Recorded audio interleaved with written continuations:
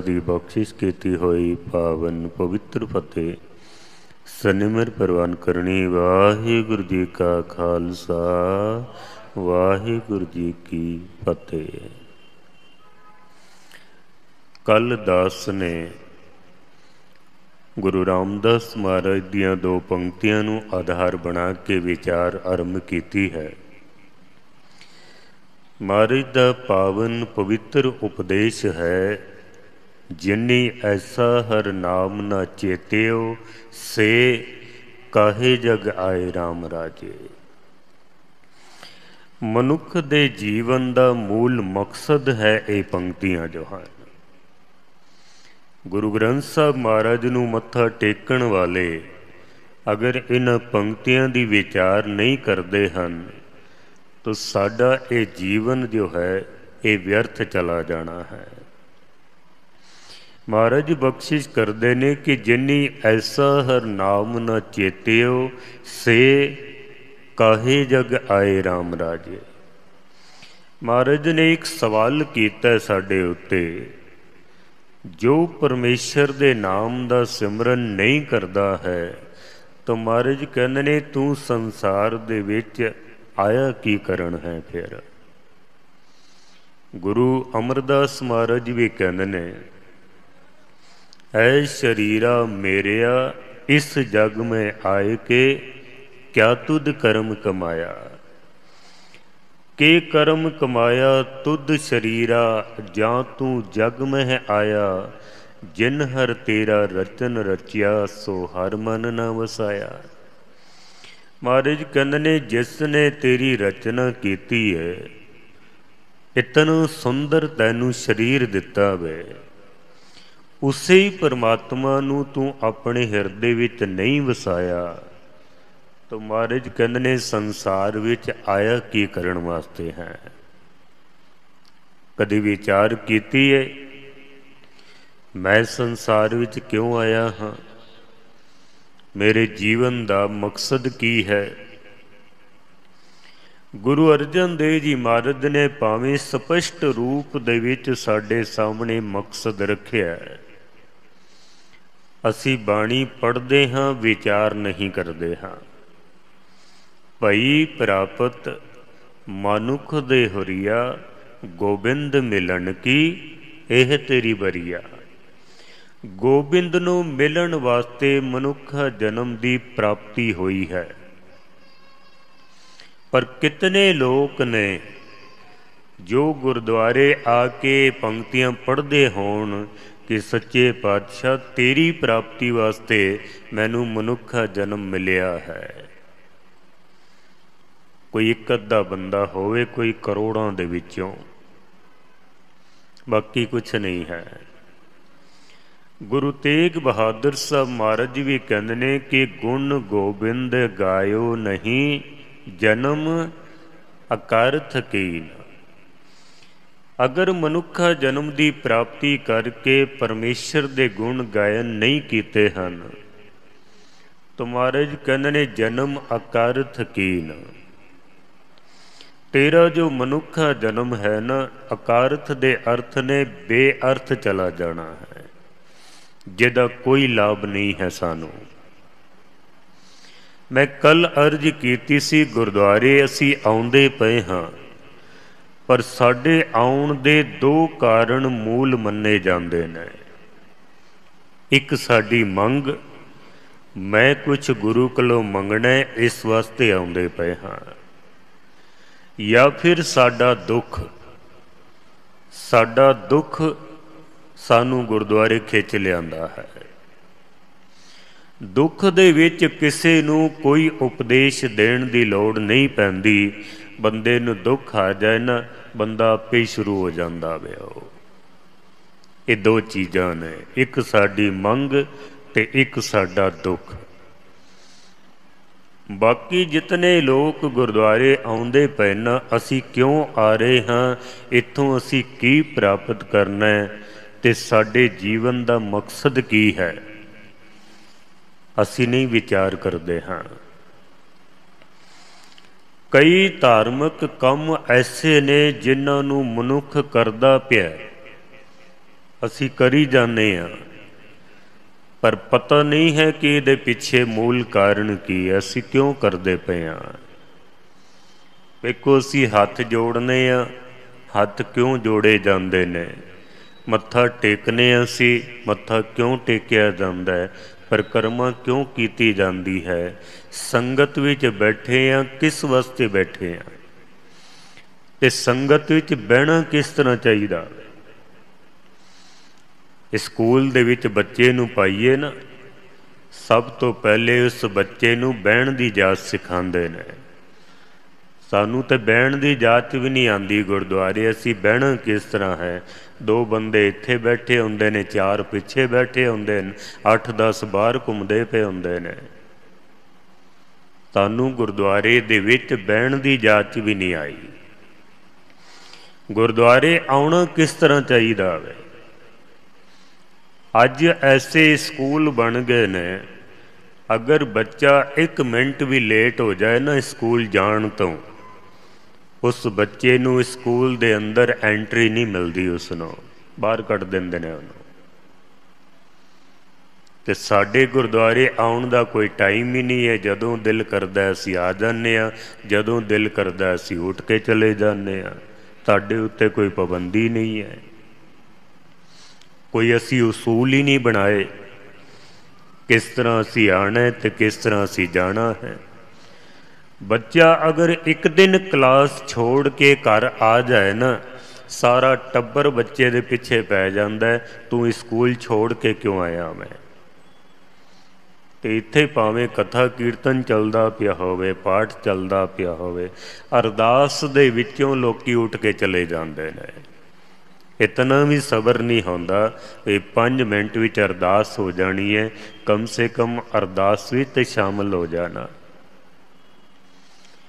असी कई ऐसे काम करी जाते हैं जिहड़े कीते जा रहे हैं, पर सानू नहीं पता भी असी क्यों करते पे हाँ।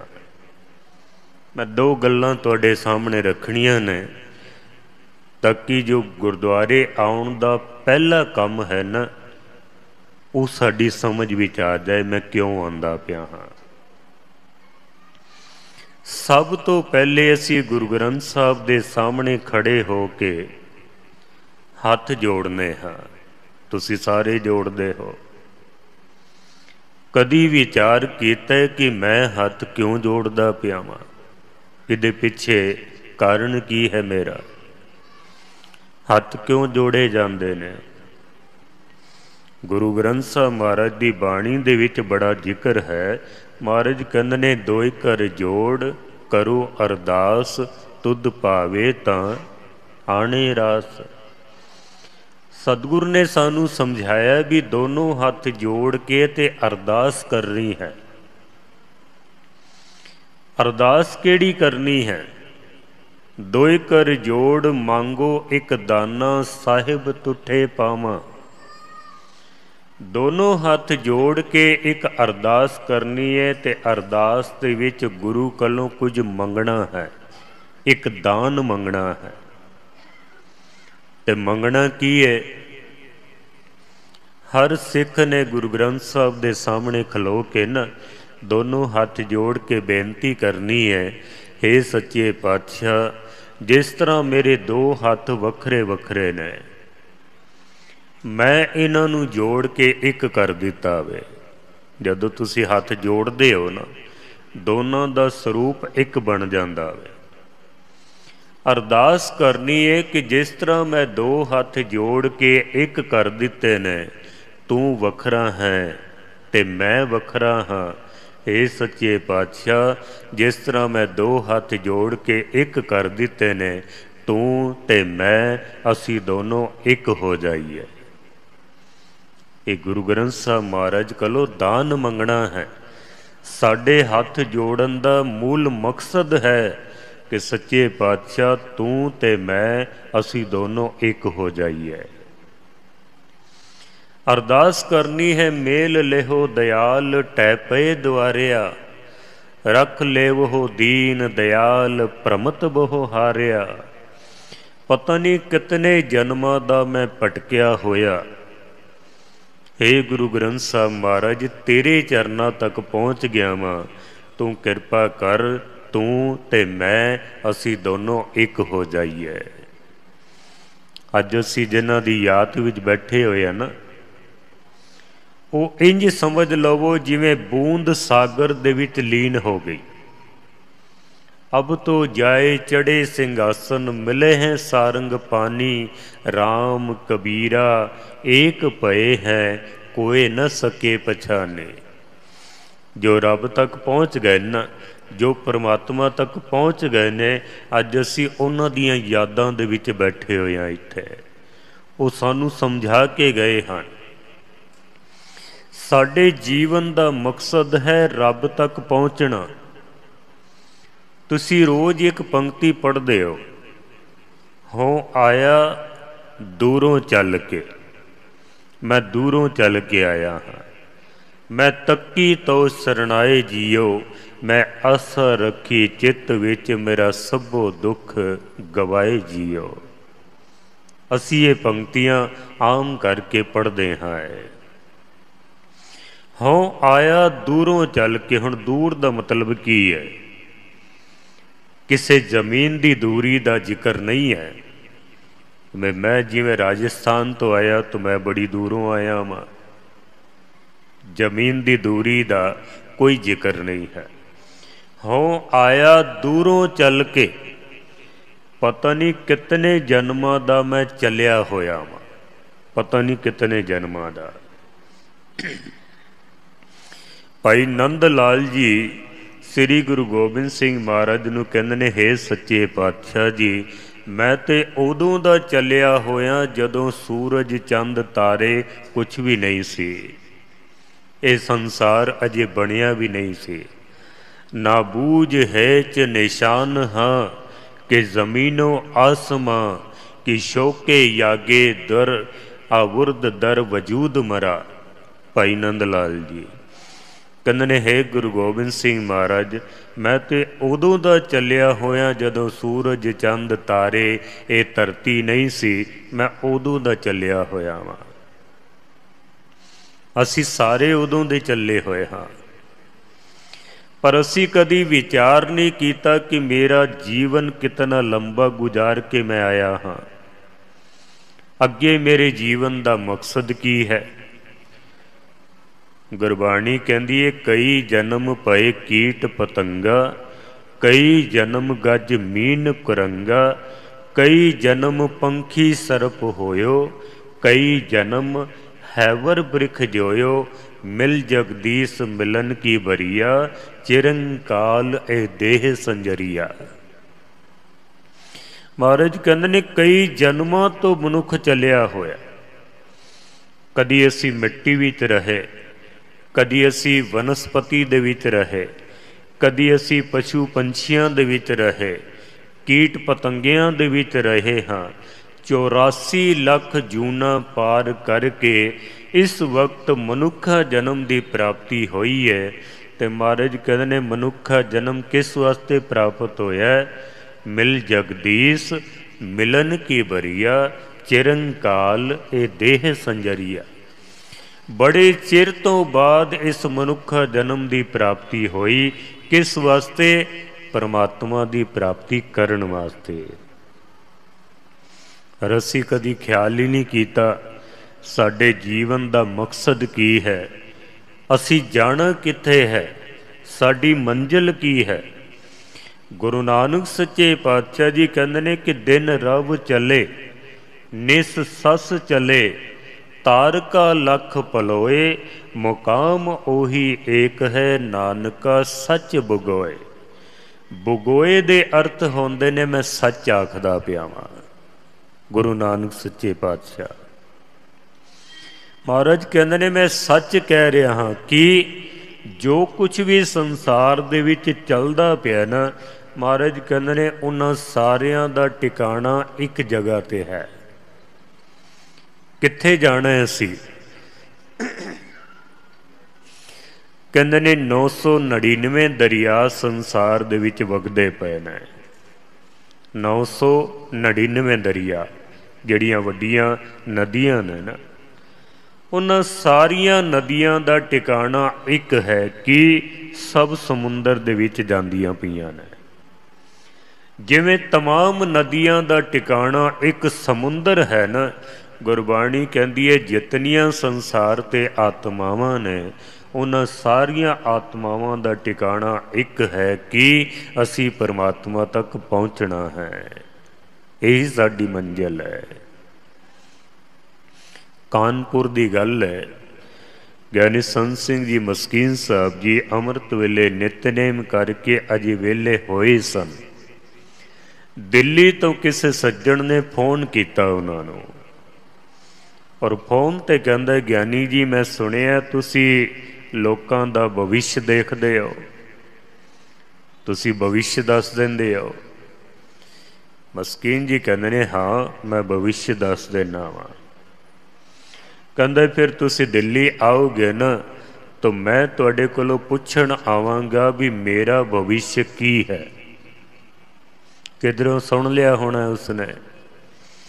मैं दिल्ली आवांगा तुहाडे कोल, तुसी आ रहे हो फरवरी दे महीने में, तो मैं तुहाडे कोल आके पुछांगा भी मेरा भविष्य की है।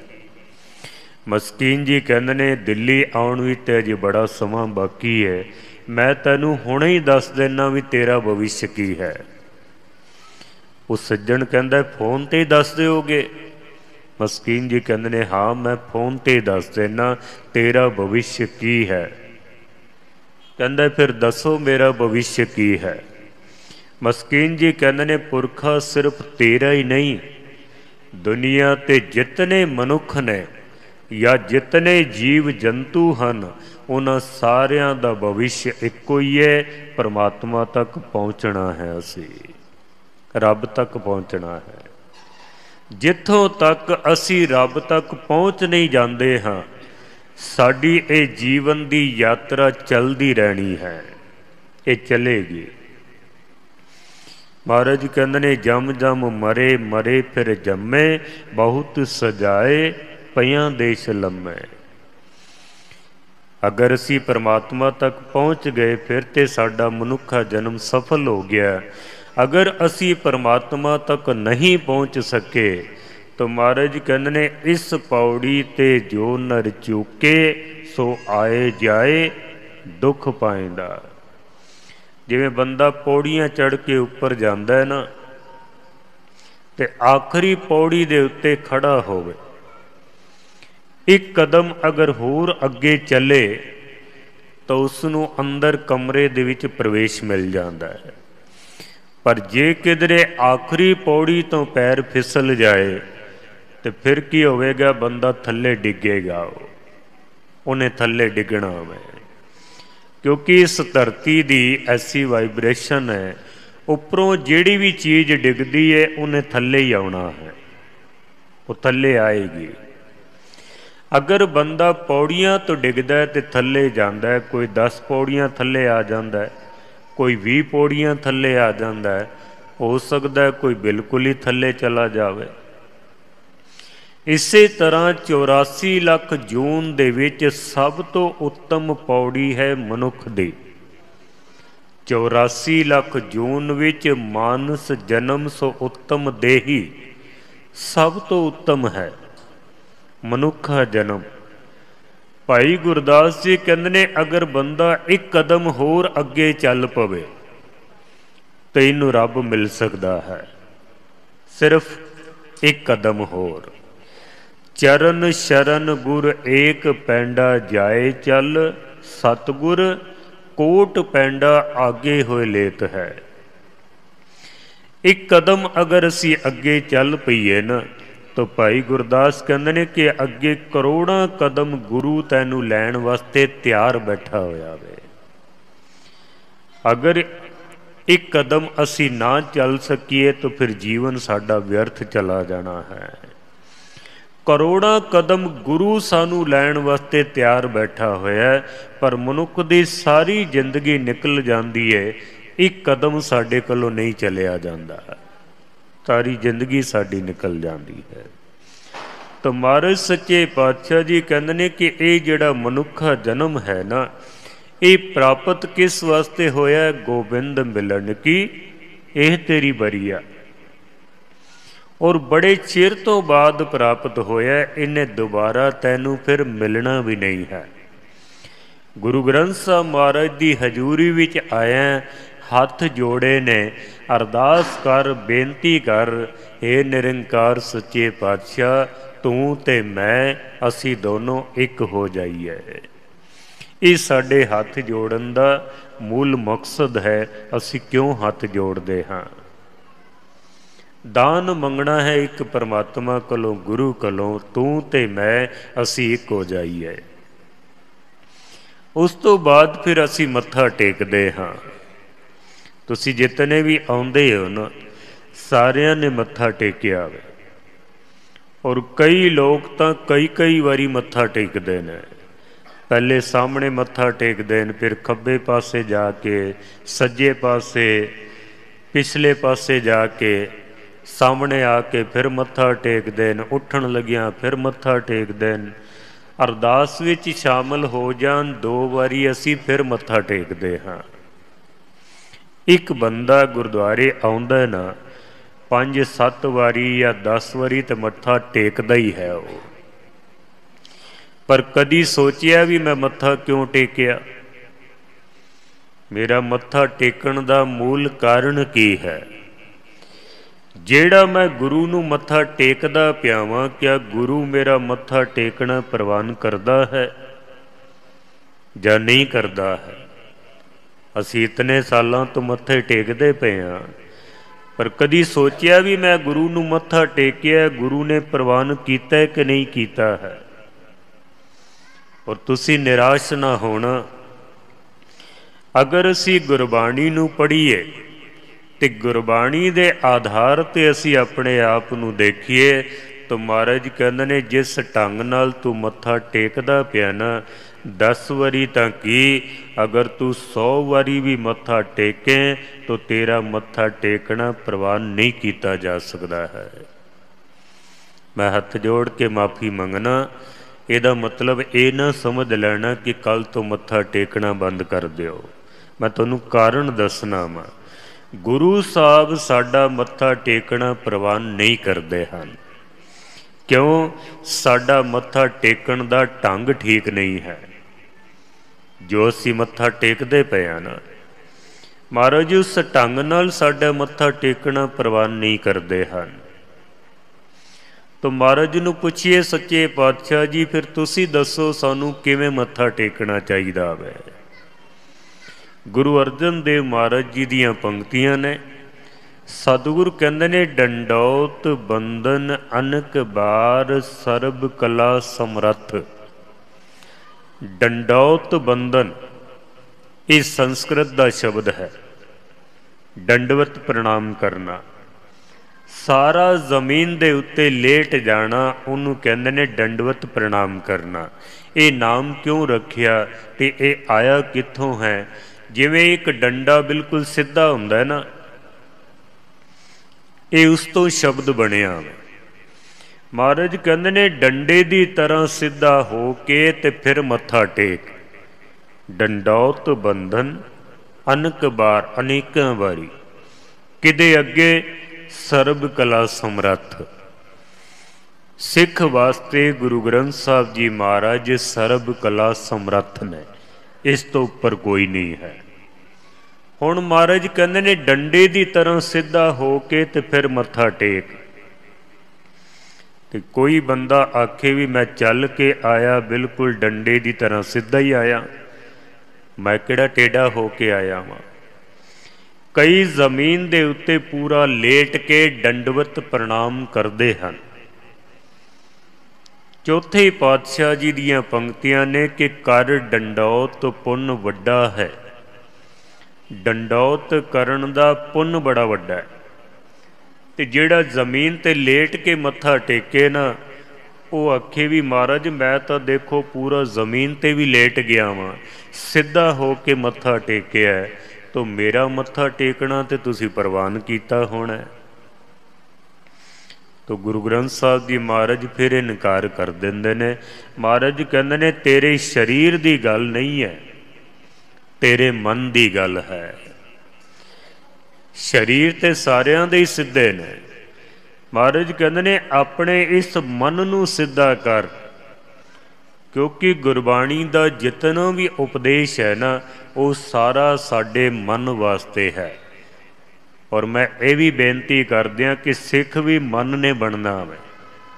सिक्खी सिक्ख्या गुर विचार, गुरु दी विचार जदों साडे मन विच बन जाती है ना, वस जाती है, वो बंदा गुरु का सिख होंदा है।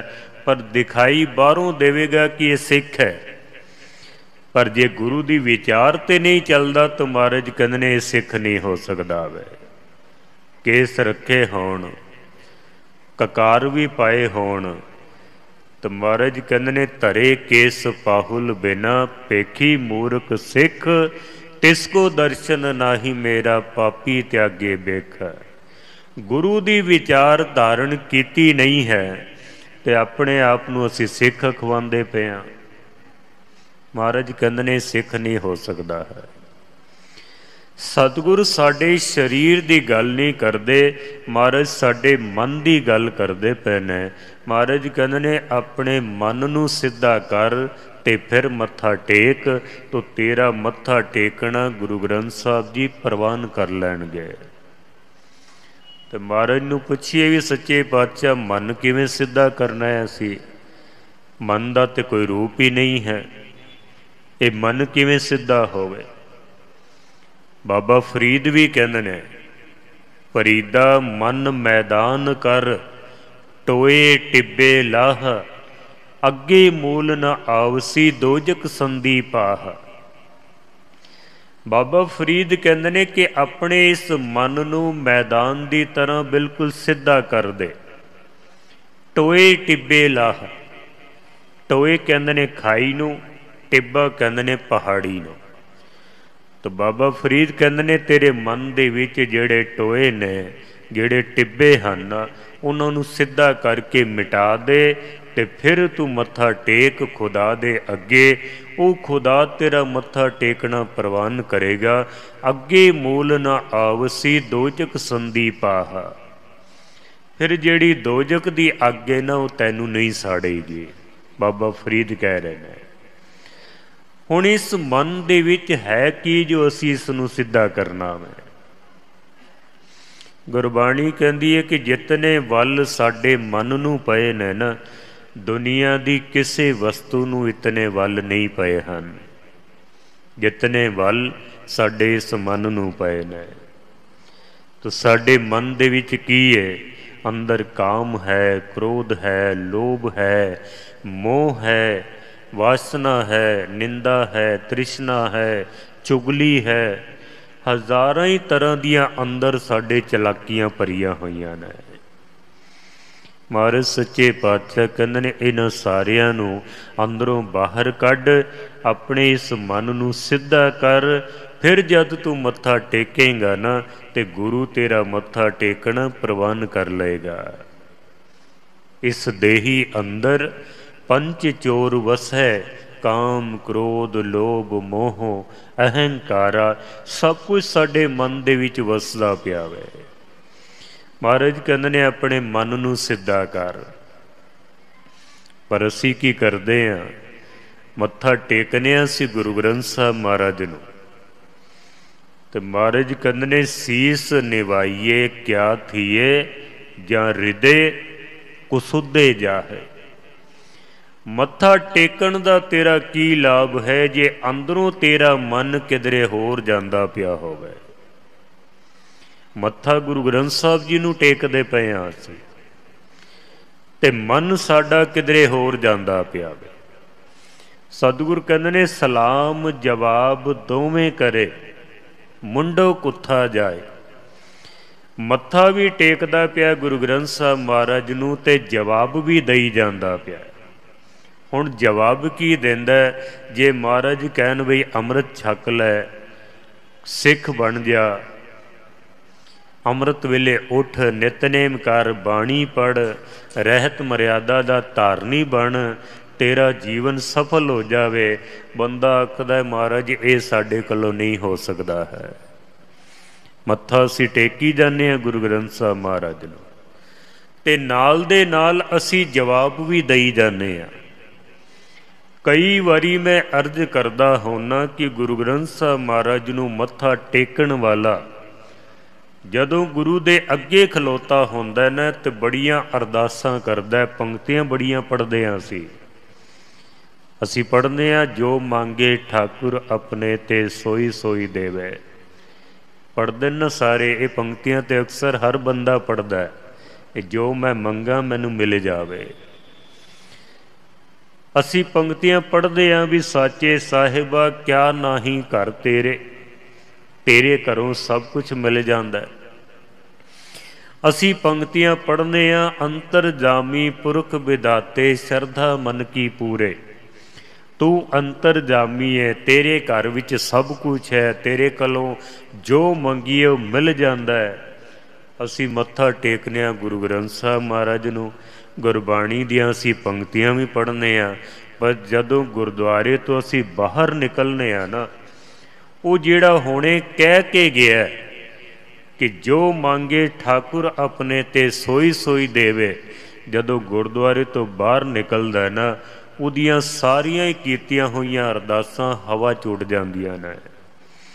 ਜਿਹੜਾ ਕਹਿ ਕੇ ਗਿਆ ਨਾ ਵੀ ਤੂੰ ਅੰਤਰਜਾਮੀ ਹੈ, ਬਾਹਰ ਜਾ ਕੇ ਫਿਰ ਕਦੀ ਇੱਥੇ ਮੱਥਾ ਟੇਕਦਾ, ਕਦੀ ਉੱਥੇ ਮੱਥਾ ਟੇਕਦਾ ਵੇ, ਕਦੀ ਇਸ ਦਰ 'ਤੇ ਜਾਂਦਾ, ਕਦੀ ਉਸ ਦਰ 'ਤੇ ਜਾਂਦਾ, ਕਦੀ ਪੰਡਤਾਂ ਦੇ ਕੋਲ, ਕਦੀ ਜੋਤਸ਼ੀਆਂ ਦੇ ਕੋਲ, ਕਦੀ ਪਖੰਡੀ ਬਾਬਿਆਂ ਦੇ ਕੋਲ, ਪਤਾ ਨਹੀਂ ਕਿੱਥੇ ਕਿੱਥੇ ਅਸੀਂ ਜਾਂਦੇ ਹਾਂ। ਮੱਥਾ ਗੁਰੂ ਗ੍ਰੰਥ ਸਾਹਿਬ ਮਹਾਰਾਜ ਨੂੰ ਟੇਕੀ ਜਾਂਦੇ ਨੇ, ਸਲਾਮ ਜਵਾਬ ਦੋਵੇਂ ਕਰੇ, ਤੇ ਨਾਲੇ ਜਵਾਬ ਵੀ ਦਈ ਜਾਂਦੇ ਆ ਮਹਾਰਾਜ ਤੈਨੂੰ ਮੱਥਾ ਟੇਕਾਂਗੇ ਪਰ ਤੇਰੀ ਗੱਲ ਅਸੀਂ ਨਹੀਂ ਮੰਨਣੀ ਹੈ। ਬਾਹਰ ਜਾ ਕੇ ਪਤਾ ਨਹੀਂ ਕਿੱਥੇ ਕਿੱਥੇ ਘੁੰਮਦੇ ਰਹਿੰਦੇ ਹਾਂ ਅਸੀਂ।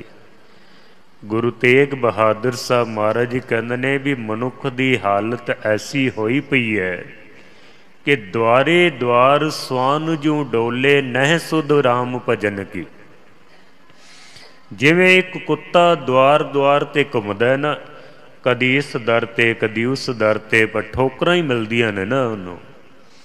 ਬੰਦਾ ਵੀ ਕਦੀ ਇਸ ਦਰ 'ਤੇ ਜਾਂਦਾ ਹੈ, ਕਦੀ ਉਸ ਦਰ 'ਤੇ ਜਾਂਦਾ ਹੈ, ਕਦੀ ਮੰਦਰ ਚਲੇ ਗਏ, ਕਦੀ ਮਸੀਤਾਂ ਚਲੇ ਗਏ, ਕਦੀ ਮੜੀਆਂ 'ਤੇ, ਕਦੀ ਮਸਾਣਾਂ 'ਤੇ। ਮੈਂ ਤਾਂ ਹੈਰਾਨ ਹੋ ਜਾਂਦਾ, ਐਸੇ ਲੋਕ ਵੀ ਦੇਖਣ ਵਿੱਚ ਆਉਂਦੇ ਨੇ। ਸੋਮਵਾਰ ਸ਼ਿਵਜੀ ਕੋਲ ਚਲੇ ਗਏ, ਮੰਗਲਵਾਰ ਹਨੂੰਮਾਨ ਕੋਲ ਚਲੇ ਗਏ, ਬੁੱਧਵਾਰ ਗਣੇਸ਼ ਨੂੰ ਨਹੀਂ ਛੱਡਦੇ, ਵੀਰਵਾਰ ਕਿਸੇ ਮੜੀ ਦੇ ਉੱਤੇ ਚਲੇ ਗਏ, ਸ਼ੁੱਕਰਵਾਰ ਸੰਤੋਸ਼ੀ ਮਾਤਾ, ਸ਼ਨੀਚਰਵਾਰ ਨੂੰ ਸ਼ਨੀ ਨੂੰ ਤੇਲ ਚੜਾ ਦਿੱਤਾ, ਤੇ ਐਤਵਾਰ ਗੁਰਦੁਆਰੇ ਸਮਾਧੀ ਲਾ ਕੇ ਬਹਿ ਜਾਂਦੇ ਨੇ। ਸਾਡੇ ਵਰਗਾ ਹੁਣ ਕੋਈ ਸਿੱਖ ਹੀ ਨਹੀਂ ਹੈ। ਐਸੇ ਵੀ ਦੇਖਣ ਵਿੱਚ ਆਏ ਨੇ।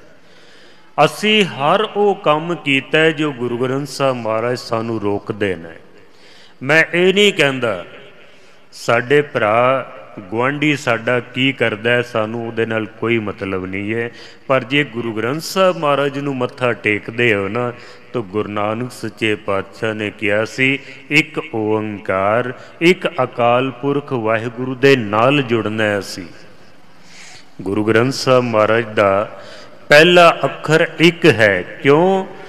ਇੱਕੋ ਹੀ ਗੁਰੂ ਗ੍ਰੰਥ ਸਾਹਿਬ ਜੀ ਹਨ ਇਸ ਧਰਤੀ ਦੇ ਉੱਤੇ। ਅਸੀਂ ਕਿਸੇ ਧਰਮ ਦੀ ਜਾਂ ਕਿਸੇ ਗ੍ਰੰਥ ਦੀ ਅਸੀਂ ਨਿੰਦਾ ਨਹੀਂ ਕਰਦੇ, ਸਾਰੇ ਸਤਿਕਾਰਯੋਗ ਨੇ, ਪਰ ਜੋ ਗੁਰੂ ਗ੍ਰੰਥ ਸਾਹਿਬ ਮਹਾਰਾਜ ਦੀ ਵਡਿਆਈ ਹੈ ਨਾ, ਅਸੀਂ ਉਹਨੂੰ ਕਹਿਣ ਤੋਂ ਸੰਕੋਚ ਵੀ ਨਹੀਂ ਕਰ ਸਕਦੇ ਹਾਂ। ਇੱਕੋ ਹੀ ਗ੍ਰੰਥ ਹੈ ਗੁਰੂ ਗ੍ਰੰਥ ਸਾਹਿਬ ਮਹਾਰਾਜ, ਜਿਸ ਦੀ ਸ਼ੁਰੂਆਤ ਇੱਕ ਤੋਂ ਹੁੰਦੀ ਹੈ, ਇੱਕ ਓੰਕਾਰ। ਬਾਕੀ ਕਿਸੇ ਗ੍ਰੰਥ ਦੀ ਸ਼ੁਰੂਆਤ ਨਹੀਂ ਹੁੰਦੀ ਹੈ। ਮੱਥਾ ਟੇਕਦੇ ਪਏ ਅਸੀਂ ਗੁਰੂ ਗ੍ਰੰਥ ਸਾਹਿਬ ਮਹਾਰਾਜ ਨੂੰ, ਬਾਣੀ ਵੀ ਪੜ੍ਹਦੇ ਪਏ ਹਾਂ। ਚਲੋ ਮੈਂ ਇਸ ਤਰ੍ਹਾਂ ਵੀ ਅਰਜ਼ ਕਰ ਦੇਣਾ, ਗੁਰੂ ਨਾਨਕ ਨੇ ਸਾਨੂੰ ਜਿਨ੍ਹਾਂ ਜਿਨ੍ਹਾਂ ਕੰਮਾਂ ਤੋਂ ਰੋਕਿਆ, ਅਸੀਂ ਉਹ ਸਾਰੇ ਹੀ ਕੰਮ ਕਰਦੇ ਪਏ ਹਾਂ। ਸਲਾਮ ਜਵਾਬ ਦੋਵੇਂ ਕਰੇ। ਗੁਰੂ ਨਾਨਕ ਸੱਚੇ ਪਾਤਸ਼ਾਹ ਨੇ ਕਿਹਾ ਸੀ ਵੀ ਮੇਰੇ ਸਰੀਰ ਨਾਲ ਨਾ ਜੁੜਿਆ ਜੇ, ਬਾਣੀ ਨਾਲ ਜੁੜਨਾ ਹੈ। ਕਿਉਂ? ਬਾਣੀ ਅਕਾਲ ਪੁਰਖ ਤੋਂ ਆਈ ਹੈ। ਕਿਸੇ ਮੂਰਤੀ ਦੇ ਅੱਗੇ ਮੱਥਾ ਨਾ ਟੇਕਿਆ ਜੇ, ਮੱਥਾ ਟੇਕਣਾ ਤਾਂ ਅਕਾਲ ਪੁਰਖ ਵਾਹਿਗੁਰੂ ਦੇ ਅੱਗੇ। जिस गुरु नानक ने सानू रोकिया सी ना बई मूर्ति पूजा नहीं करनी, असी उसे गुरु नानक की तस्वीर बना के गुरुद्वारियां दे विच असी ला दित्तियां ने, जो सानू मना किया गया सी ना। महाराज की बाणी कहती है ना, पाखान गढ़ के मूरत कीनी दे के छाती पाओ, जे ए मूरत साची है तो गढ़न हारे खाओ। महाराज जी ने क्या सी, पत्थरां दे नाल नहीं जुड़ना, मूर्तियां दे नाल नहीं जुड़ना है। असी गुरु नानक दियां मूर्तियां बना के गुरुद्वारियां ते रख दित्तियां ने। घरां दे विच देखो ना, ते जिथे असी गुरु नानक की तस्वीर रखी होंदी है, लक्ष्मी भी, गणेश भी, शिव जी, असी 33 करोड़ ही उत्थे इकट्ठे कीते हुंदे ने सारे। महाराज ने रोकिया सी सानू, सतगुरां ने इनकार किया सी भी वरत रखण दा कोई फायदा नहीं है। गुरबाणी पढ़ के देख लवो। भगत कबीर साहब दे बोल मैं तुहानू सरवण करान लगा। असी गुरु ग्रंथ साहब नू मत्था भी टेकी जाने आ। जिस काम तो महाराज सानू मना कर देना, असी वो सारे काम करी जाते पे आ। भगत कबीर साहब जी दियां पंक्तियां ने, तो साडियां बीबियां थोड़ा ध्यान नाल सुनन। कबीर हर का सिमरन छाड़ के अहोई राखे नार, गदही होए के अवतरे पार सहे मन चार। भगत कबीर साहब कहते ने कि एक परमात्मा दा सिमरन छोड़ के जे कोई इस्त्री वर्त रखदी है ना, तो उदा जिहड़ा अगला जन्म होवेगा ना, उदा अगला जन्म खोती दा होना है, ते 4 मन भार उहदे उत्ते लद्या जाना। ये मैं अपने कोलों नहीं कहा, गुरबाणी की गल है, तां मैं इतनी हिम्मत की है। तो साडे ते वरत रखण तो संकोच ही नहीं करते। हुणे करवा चौथ निकली है, कईयां ने वरत रखे होने ने, कईयां ने थालियां कमाईयां होणियां। हुण ते गुरुद्वारियां दे विच ये काम करन लग पे ने। कई वीडियो पईयां ने फेसबुक दे उत्ते। अगर वरत रखण दे नाल आदमी दी उम्र वड्डी होंदी है, तो फिर बंदियां नूं भी वरत रखना चाहिए भी उहदी घरवाली जिहड़ी है उहदी उम्र लंबी होवे। कि बंदे दी उम्र वड्डी होवे ते इस्त्री दी नहीं होनी चाहिए। क्या सिर्फ सानू पति दी लोड़ है, पति नूं पत्नी दी लोड़ नहीं है, वह भी वरत रखे। पर एक भी वर्त ऐसा किसी पंडित ने या किसी ज्योतिष ने नहीं बनाया जो मनुख रखे, बंदा रखे। सब इस्त्रियां वास्ते बनाए ने। क्यों? ये इस्त्रियां बड़ियां भोलियां होंदियां ने, बड़ी जल्दी उन्हां दे जाल विच फस जांदियां ने। वर्त रखण नाल अगर किसी दी उम्र वड्डी होंदी ना, तो फिर वो रब दी ते कोई लोड़ ही नहीं सी। फिर वर्त रखी जाओ, कोई बंदा मरदा ही ना, फिर ते कोई मरे ही ना, रोज रख लवो वर्त। ते वर्त रखण दा साडा तरीका भी बड़ा अजीब है। सवेरे उठदे ने, 8 दिन दा राशन इक्को वारी खा के सारा दिन फिर भुखे रहना। मैं हद हो गई है। ऐसा वर्त रखण दे नाल कोई फायदा नहीं।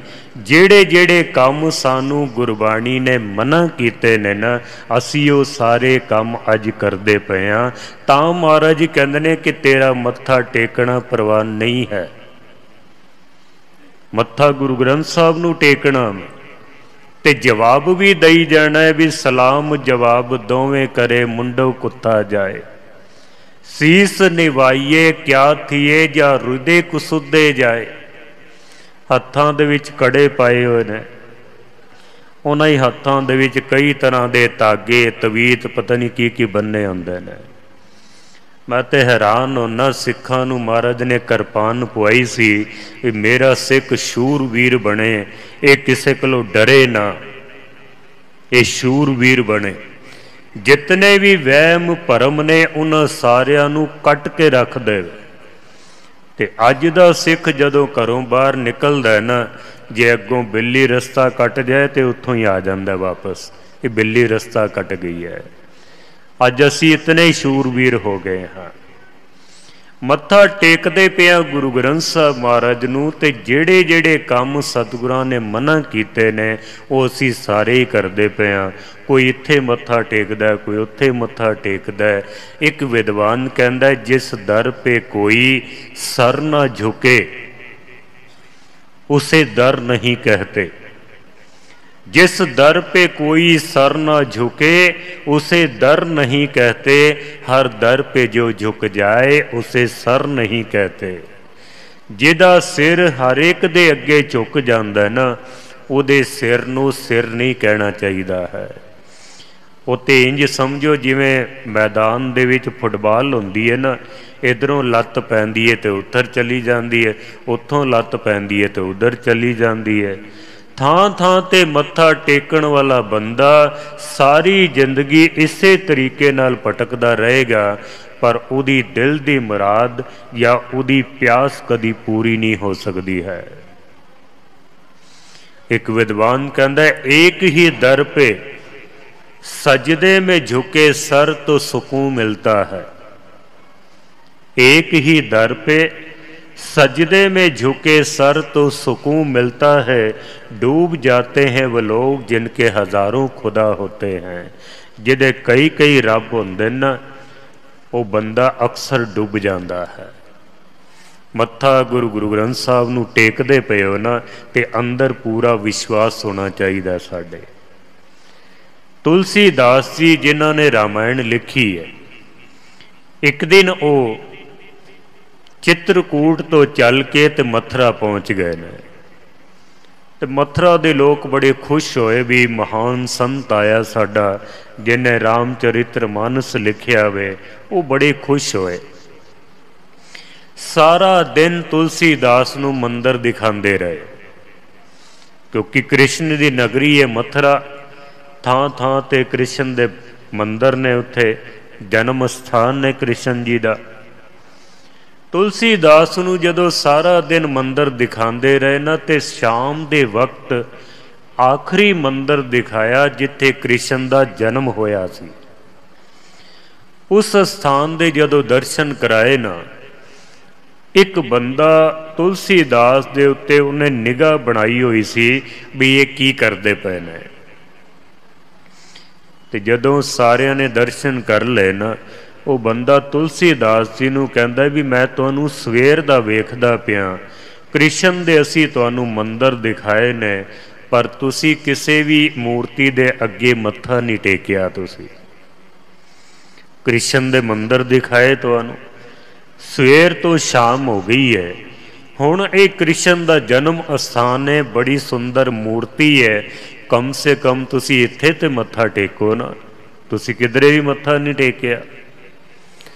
तुलसीदास ने जो जवाब दिता है ना, बड़े ध्यान नाल सुनना। अज सनातन मत दा एक महान संत कृष्ण दी मूर्ति दे अगे मत्था नहीं टेकदा। और उहदे बोल सरवण करो। कहंदा कैसी सुंदर छब बनी भले बिराजे नाथ, तुलसी मस्तक तौ निवेजो धनुष बाण होए हाथ।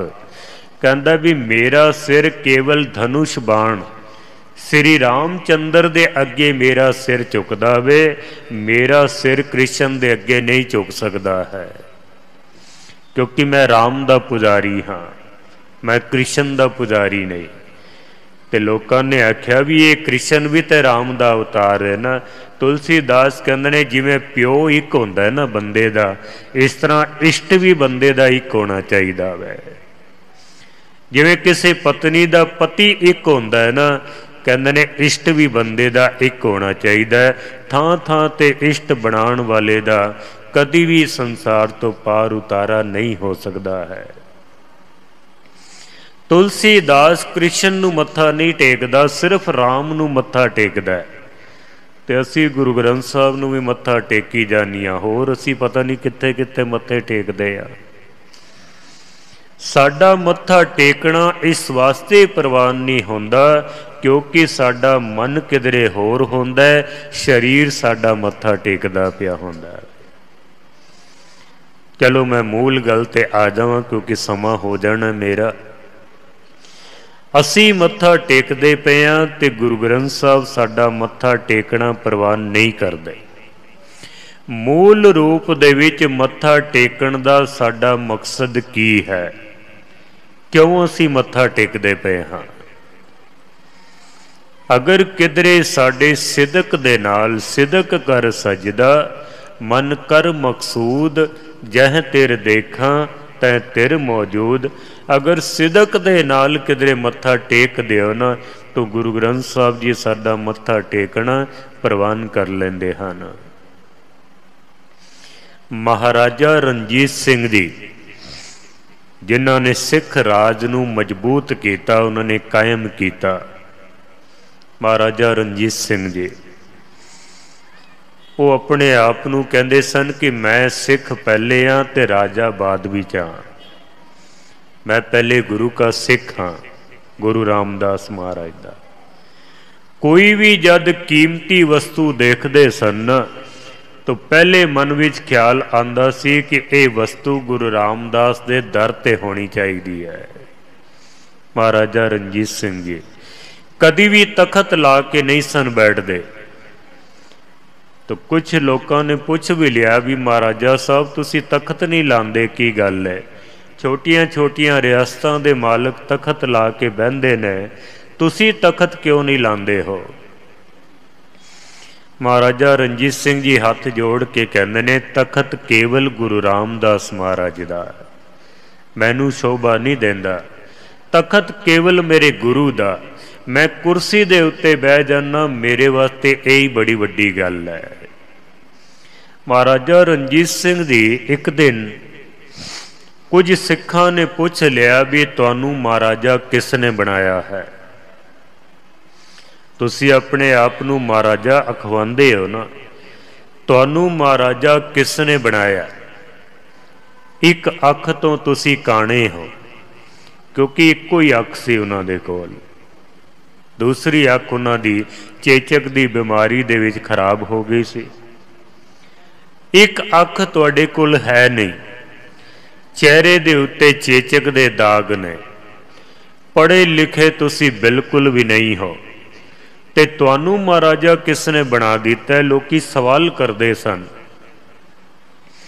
ਤੇ ਮਹਾਰਾਜਾ ਰਣਜੀਤ ਸਿੰਘ ਜੀ ਕੋਈ ਜਵਾਬ ਨਹੀਂ ਸਨ ਦਿੰਦੇ, ਚੁੱਪ ਕਰ ਜਾਂਦੇ ਸਨ। ਬਈ ਮੈਂ ਹੁਣ ਕੀ ਜਵਾਬ ਦਿਆਂ ਇਹਨਾਂ ਨੂੰ, ਚੁੱਪ ਕਰ ਜਾਂਦੇ ਸਨ। ਇੱਕ ਦਿਨ ਸ਼ਾਮ ਦਾ ਵਕਤ ਸੀ ਤੇ ਮਹਾਰਾਜਾ ਰਣਜੀਤ ਸਿੰਘ ਨੇ ਨਾ ਬਿਲਕੁਲ ਸਾਦੇ ਕੱਪੜੇ ਪਾਏ ਹੋ, ਇੱਕ ਛੋਟੀ ਜੀ ਦਸਤਾਰ ਬੰਨੀ ਹੋਈ, ਇੱਕ ਉਹਨਾਂ ਨੇ ਸਾਧਾਰਨ ਚੋਲਾ ਪਾਇਆ ਹੋਇਆ, ਤੇ ਸ਼ਾਮ ਦੇ ਵਕਤ ਜੰਗਲ ਦੇ ਵਿੱਚ ਸੈਰ ਕਰ ਰਹੇ ਸਨ।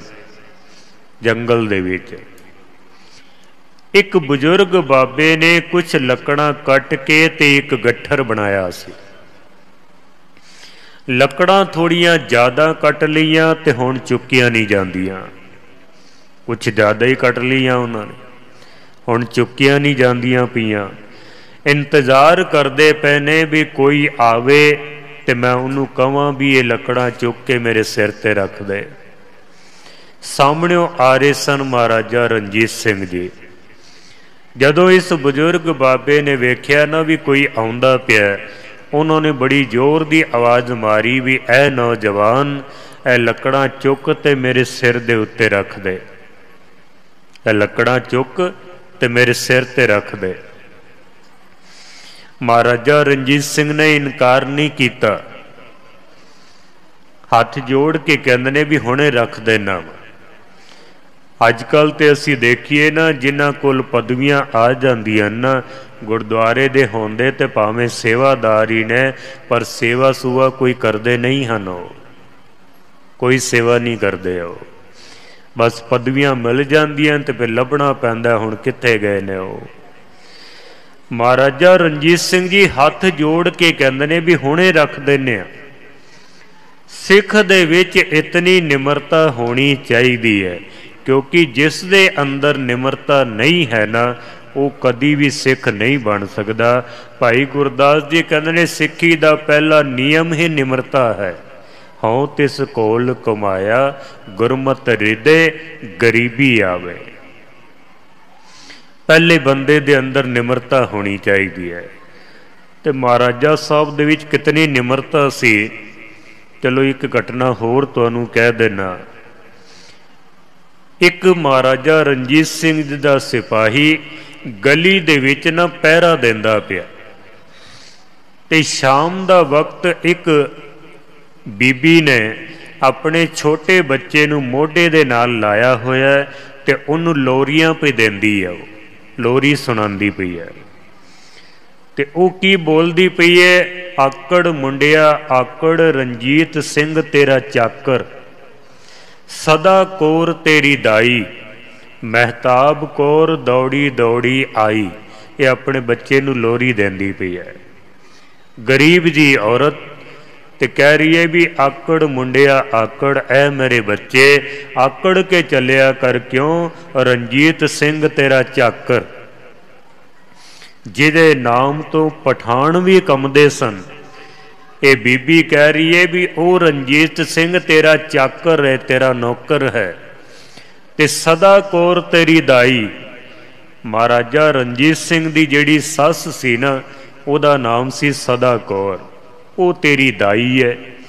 ਤੇ ਮਹਿਤਾਬ ਕੌਰ ਮਹਾਰਾਜਾ ਰਣਜੀਤ ਸਿੰਘ ਜੀ ਦੀ ਮਹਾਰਾਣੀ ਸੀ, ਮਹਿਤਾਬ ਕੌਰ। ਮਹਿਤਾਬ ਕੌਰ ਦੌੜੀ ਦੌੜੀ ਆਈ, ਇਹ ਆਪਣੇ ਬੱਚੇ ਨੂੰ ਨਾ ਲੋਰੀ ਦਿੰਦੀ ਪਈ ਹੈ। ਸਿਪਾਹੀ ਨੇ ਸੁਣ ਲਿਆ, ਉਹ ਕਹਿੰਦਾ ਬੜੀ ਗੁਸਤਾਖ ਔਰਤ ਹੈ, ਮਹਾਰਾਜਾ ਰਣਜੀਤ ਸਿੰਘ ਨੂੰ ਕਹਿ ਰਹੀ ਹੈ ਵੀ ਇਹ ਤੇਰਾ ਚਾਕਰ ਹੈ। ਉਹਨੇ ਜਾ ਕੇ ਮਹਾਰਾਜਾ ਰਣਜੀਤ ਸਿੰਘ ਨੂੰ ਦੱਸਿਆ, ਕਹਿੰਦਾ ਮਹਾਰਾਜਾ ਸਾਹਿਬ ਬੜੀ ਗੁਸਤਾਖ ਔਰਤ ਹੈ, ਆਪਣੇ ਬੱਚੇ ਨੂੰ ਲੋਰੀਆਂ ਦਿੰਦਿਆਂ ਹੋਇਆਂ ਕਹਿੰਦੀ ਪਈ ਹੈ ਕਿ ਮਹਾਰਾਜਾ ਰਣਜੀਤ ਸਿੰਘ ਤੇਰਾ ਚਾਕਰ ਹੈ। ਤੇ ਮਹਾਰਾਜਾ ਰਣਜੀਤ ਸਿੰਘ ਕਹਿੰਦੇ ਨੇ ਜਦੋਂ ਸਵੇਰੇ ਦਰਬਾਰ ਲੱਗੇਗਾ ਨਾ ਤੇ ਉਸ ਨੂੰ ਬੁਲਾ ਕੇ ਲਿਆਵੀਂ। ਜਦੋਂ ਦਰਬਾਰ ਲੱਗਿਆ ਤੇ ਉਸ ਬੀਬੀ ਨੂੰ ਬੁਲਾਇਆ ਗਿਆ ਤੇ ਉਹਨੂੰ ਮਹਾਰਾਜਾ ਰਣਜੀਤ ਸਿੰਘ ਪੁੱਛਦੇ ਨੇ ਵੀ ਤੂੰ ਕੱਲ ਕੁਛ ਪੜ੍ਹਦੀ ਪਈ ਸੈਂ, ਸਾਰੀ ਸਭਾ ਦੇ ਵਿੱਚ ਉੱਚੀ ਬੋਲ ਕੇ ਦੱਸ। ਉਸ ਬੀਬੀ ਨੇ ਸਾਰੀ ਸਭਾ ਦੇ ਵਿੱਚ ਬੜੀ ਉੱਚੀ ਪੜ੍ਹ ਕੇ ਸੁਣਾਇਆ, ਆਕੜ ਮੁੰਡਿਆ ਆਕੜ ਰਣਜੀਤ ਸਿੰਘ ਤੇਰਾ ਚਾਕਰ, ਸਦਾ ਕੌਰ ਤੇਰੀ ਦਾਈ, ਮਹਿਤਾਬ ਕੌਰ ਦੌੜੀ ਦੌੜੀ ਆਈ। ਕਹਿੰਦੇ ਨੇ ਮਹਾਰਾਜਾ ਰਣਜੀਤ ਸਿੰਘ ਆਪਣੇ ਸਿੰਘਾਸਨ ਤੋਂ ਉੱਠ ਕੇ ਦੋਨੋਂ ਹੱਥ ਜੋੜ ਕੇ ਉਸ ਬੀਬੀ ਦੇ ਸਾਹਮਣੇ ਆਪਣੇ ਗੋਡੇ ਟੇਕ ਕੇ ਤੇ ਰੋਣ ਲੱਗ ਪਏ ਨੇ। ਤੇ ਸਿੱਖਾਂ ਨੇ ਪੁੱਛਿਆ ਵੀ ਮਹਾਰਾਜਾ ਸਾਹਿਬ ਰੋਂਦੇ ਕਿਉਂ ਪਏ ਹੋ? ਜੇ ਕਹੋ ਤਾਂ ਹੁਣੇ ਇਸ ਬੀਬੀ ਦਾ ਸਿਰ ਕੱਟ ਦਿੰਦੇ ਹਾਂ ਅਸੀਂ, ਇਹ ਤੇ ਬੜੀ ਗੁਸਤਾਖ ਔਰਤ ਹੈ, ਇਹ ਤੁਹਾਨੂੰ ਕਹਿ ਰਹੀ ਹੈ ਵੀ ਇਸ ਬੱਚੇ ਦਾ ਤੂੰ ਚਾਕਰ ਹੈ। ਮਹਾਰਾਜਾ ਰਣਜੀਤ ਸਿੰਘ ਕਹਿੰਦੇ ਨੇ ਕਿ ਇਸ ਔਰਤ ਦਾ ਸਿਰ ਕਲਮ ਨਹੀਂ ਕਰਨਾ, ਬਲਕਿ ਇਸ ਔਰਤ ਨੂੰ ਮੈਂ ਆਪਣੇ ਸੀਸ ਦੇ ਉੱਤੇ ਬਿਠਾਣਾ ਹੈ। ਤੇ ਸਿੱਖਾਂ ਨੇ ਪੁੱਛ ਲਿਆ ਵੀ ਉਹ ਕਿਉਂ? ਮਹਾਰਾਜਾ ਰਣਜੀਤ ਸਿੰਘ ਕਹਿੰਦੇ ਨੇ ਕਿ ਅੱਜ ਮੇਰੀ ਜਿਹੜੀ ਸਿੱਖੀ ਸੀ ਨਾ, ਉਹ ਗੁਰੂ ਰਾਮਦਾਸ ਦੇ ਦਰ ਤੇ ਕਬੂਲ ਹੋ ਗਈ ਹੈ। ਇੱਕ ਮਾਮੂਲੀ ਜੀ ਔਰਤ ਵੀ ਰਣਜੀਤ ਸਿੰਘ ਨੂੰ ਆਪਣਾ ਚਾਕਰ ਸਮਝਣ ਲੱਗ ਪਈ ਹੈ। ਮੈਂ ਕਿਸੇ ਦਾ ਚਾਕਰ ਬਣ ਸਕਾਂ, ਮਹਾਰਾਜਾ ਰਣਜੀਤ ਸਿੰਘ ਕਹਿੰਦੇ ਨੇ ਮੇਰਾ ਤੇ ਜੀਵਨ ਹੀ ਸਫਲ ਹੋ ਗਿਆ ਹੈ। ਔਰ ਹੱਥ ਜੋੜ ਕੇ ਮਹਾਰਾਜਾ ਰਣਜੀਤ ਸਿੰਘ ਨੇ ਉਸ ਬੀਬੀ ਨੂੰ ਕਿਹਾ, ਤੇਰਾ ਚਾਕਰ ਅੱਜ ਤੇਰੇ ਸਾਹਮਣੇ ਖੜਾ ਹੈ, ਬੋਲ ਤੈਨੂੰ ਕੀ ਚਾਹੀਦਾ ਵੇ? ਅੱਜ ਇਸ ਦਰਬਾਰ ਵਿੱਚੋਂ ਤੇਰੀਆਂ ਝੋਲੀਆਂ ਭਰ ਕੇ ਭੇਜਿਆ ਜਾਏਗਾ। ਇਤਨੀ ਨਿਮਰਤਾ ਸੀ ਮਹਾਰਾਜਾ ਰਣਜੀਤ ਸਿੰਘ ਦੇ ਵਿੱਚ। ਉਸ ਬਜ਼ੁਰਗ ਬਾਬੇ ਨੇ ਆਖਿਆ ਵੀ ਇਹ ਲੱਕੜਾਂ ਮੇਰੇ ਸਿਰ ਤੇ ਰੱਖ, ਕੋਈ ਕੰਮ ਵੀ ਕਰਦਾ ਹੈ ਕਿ ਨਹੀਂ ਕਰਦਾ ਹੈ? ਜਿਵੇਂ ਬਜ਼ੁਰਗਾਂ ਦੀ ਆਦਤ ਹੁੰਦੀ ਨਾ, ਪਹਿਲੇ ਚਾਰ ਗੱਲਾਂ ਸੁਣਾ ਦਿੰਦੇ ਨੇ ਤੇ ਫਿਰ ਆਪਣਾ ਕੰਮ ਦੱਸ ਦਿੰਦੇ ਨੇ। ਕੋਈ ਕੰਮ ਵੀ ਕਰਦਾ ਹੈ ਕਿ ਨਹੀਂ? ਖਾ ਖਾ ਕੇ ਸਰੀਰ ਮੋਟਾ ਕੀਤਾ ਹੋਇਆ। ਬੜੇ ਤਗੜੇ ਸਨ ਮਹਾਰਾਜਾ ਰਣਜੀਤ ਸਿੰਘ ਜੀ। ਮਹਾਰਾਜਾ ਰਣਜੀਤ ਸਿੰਘ ਜੀ ਨੇ ਬੜੀ ਨਿਮਰਤਾ ਦੇ ਨਾਲ ਲੱਕੜਾਂ ਚੁੱਕ ਕੇ ਉਸ ਬਾਬੇ ਦੇ ਸਿਰ ਤੇ ਰੱਖ ਦਿੱਤੀਆਂ ਔਰ ਉਹਨੂੰ ਪੁੱਛਦੇ ਨੇ ਤੇਰਾ ਨਾਮ ਕੀ ਹੈ, ਤੂੰ ਰਹਿੰਦਾ ਕਿੱਥੇ ਹੈ, ਇਹਨਾਂ ਲੱਕੜਾਂ ਦਾ ਤੂੰ ਕੀ ਕਰਨਾ ਹੈ? ਉਸ ਬਜ਼ੁਰਗ ਨੇ ਆਖਿਆ ਵੀ ਕੱਲ ਇਹ ਬਾਜ਼ਾਰ ਵਿੱਚ ਵੇਚ ਦਿਆਂਗਾ। ਕਿਤਨੇ ਦੀਆਂ ਵੇਚੇਂਗਾ? ਬਜ਼ੁਰਗ ਕਹਿੰਦਾ ਵੀ 2 ਰੁਪਏ ਦੀਆਂ ਵੇਚ ਦਿਆਂਗਾ। महाराजा रणजीत सिंह सारी जानकारी लैके ना ते वापस आ गए। जदों अगले दिन दरबार सजिया ना, एक सिख नूं भेजिया भी फलानी जगह ते एक बजुर्ग रहिंदा है, उन्होंने आखी भी तैनूं महाराजा साहब ने बुलाया ते जिहड़ियां तू लकड़ां लैके आया ना वो भी नाल लैके आ। बजुर्ग बेचारा बड़ा डर गया भी लकड़ां भी नाल मंगाइयां ने, पता नहीं हुण कोई सजा मिलेगी मैनू। डरद्यां डरद्यां जदों राज दरबार कोल पहुंचिया ना ते अंदर जाण दी हिम्मत नहीं पैंदी पई, ते महाराजा रणजीत सिंह भी समझ गए भी ये मेरे कोलों डरदा पिया वे। तो महाराजा साहब ने आवाज़ मारी भी बाबा जी डरो ना, अंदर आ जाओ, मैं तुहानूं बुलाया, डरो ना तुसी। ते उस बुजुर्ग ने आवाज़ पहचान लई, ये तां उही बंदा है जिन्हों मैं कल बड़े रोब नाल किया सी भी लकड़ां चुक ते मेरे सिर ते रख दे, तो हुण ते सजा मिलनी जरूर है। जदों अंदर चले गए ना, कोल जाके फतेह बुला के पुछया महाराजा साहब क्यों बुलाया है? तो महाराजा रणजीत सिंह कहंदे ने मैं तैनूं इस वास्ते बुलाया कि जिहड़ियां लकड़ां चुक के मैं तेरे सिर ते रखियां ने ना, ये लकड़ां मैं खरीदना चाहना, तू कितने दियां देंगा? बुजुर्ग बेचारा चुप कर गया। दूसरी बार महाराजा साहब ने फिर किया, कोई जवाब नहीं देता। जदों तीसरी बार किया ना भी ये लकड़ां मैं खरीदनियां ने, तू कितने दियां देंगा? वो बुजुर्ग कहंदा है महाराज जे तुसी लकड़ां खरीदनियां ने ना, तो ये लकड़ां मैं तुहानूं देंगा 200 रुपए दियां।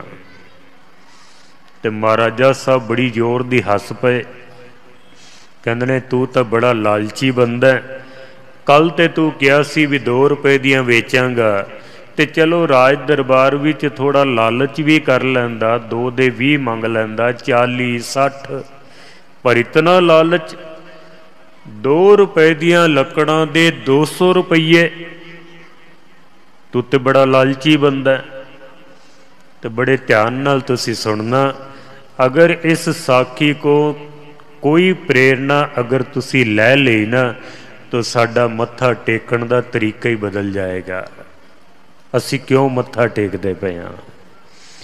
उस बुजुर्ग ने आख्या भी महाराजा साहब कल तक ये लकड़ां 2 रुपए दियां सन, पर जदों महाराजा रणजीत सिंह ने इहदे उत्ते हथ रख दिता ना, इन्हां लकड़ां दी कीमत 20 रुपये भी घट है, 200 रुपये घट है, 2000 घट है, ते 2 लाख रुपये भी घट है। कल तक ये लकड़ां 2 रुपए दियां सन, पर क्योंकि महाराजा रणजीत सिंह ने इहदे उत्ते हथ रखिया वे, कहंदा महाराजा साहब मैं ते मंगण लगिया शर्म कर गया, केवल 200 रुपये मंगे ने, इन्हां लकड़ां दी कीमत 2 लाख रुपये भी घट है, क्योंकि महाराजा रणजीत सिंह ने इहदे उत्ते हथ रखिया वे। कल नूं इतिहास पढ़िया जाएगा, जिन्हां लकड़ां दे उत्ते महाराजा रणजीत सिंह ने हथ रखिया उहदी कीमत सिर्फ 200 रुपये लगी है। कहंदे ने महाराजा रणजीत सिंह बड़ी जोर दी रोण लग पे ने, उच्ची उच्ची। कोल खड़े सन हरी सिंह नलूआ, उन्होंने आख्या महाराजा साहब रोंदे क्यों पे हो? खजाने च कोई कमी है? पैसे दिओ ते लकड़ां लै लवो, रोण दी किहड़ी गल है? महाराजा साहब कहंदे ने इस बुजुर्ग ने मैनू याद करा दिता है, तुसी मेरे कोलों सवाल पुछदे सो तैनू महाराजा किसने बनाया है? तो एक अख तो काना है, चेहरे दे उत्ते चेचक दे दाग, पढ़िया लिखिया तो बिल्कुल भी नहीं, ते तैनू महाराजा किसने बनाया है? अज मैं उन्हां सारियां नू जवाब देना है। सारे इकट्ठे होके आ गए, पुछ लिया महाराजा साहब की जवाब है तुहाडा?